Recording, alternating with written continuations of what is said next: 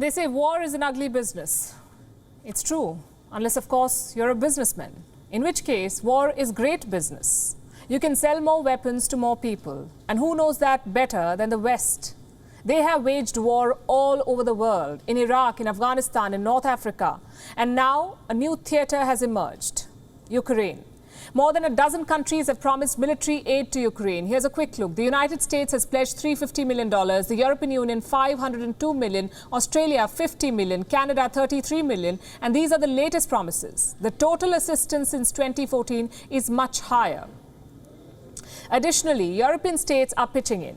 The Netherlands is sending Stinger rockets and anti-tank missiles. Finland, a neutral state, is sending 1,500 rocket launchers and 2,500 assault rifles. Belgium is shipping 3,000 rifles and 200 anti-tank weapons. Simply put, it is a lot of firepower.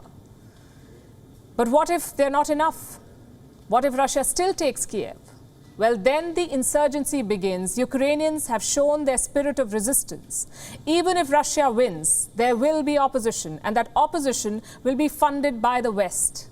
A large part of that funding will be weapons, guns, handheld rockets, body armor. We've seen it happen in Afghanistan, in Iraq, then again in Yemen, and chances are we will see this in Ukraine. If you look at the world's top 10 weapons manufacturers, 7 are from the West. 6 American companies and 1 British. We took a closer look at their share values since the Russian build-up began. We'll start with Lockheed Martin. On November 1st, it was trading at $330. Today, $433 per share. That's a 31% rise. Next is Northrop Grumman Corporation. On November 1st, it was trading at $354. Today, it's at $442. That's almost a 25% rise.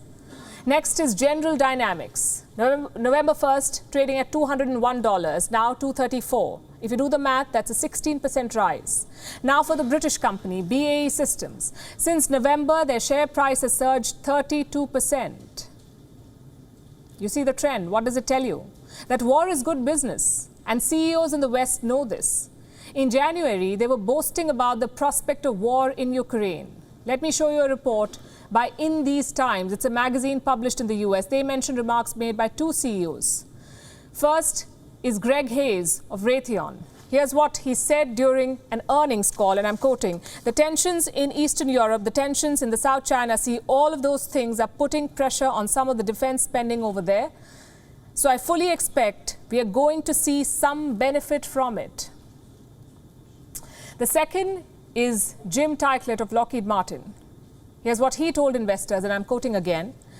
"If you look at the evolving threat level and the approach that some countries are taking, including North Korea, Iran, and through some of its proxies in Yemen and elsewhere, and especially Russia these days, there's renewed great power competition that does include national defense and threats to it." It doesn't get clearer than that. Western companies were predicting this war. They planned to make millions out of it, and chances are they will. More European states will up their defense spending. More weapons will pour into Ukraine.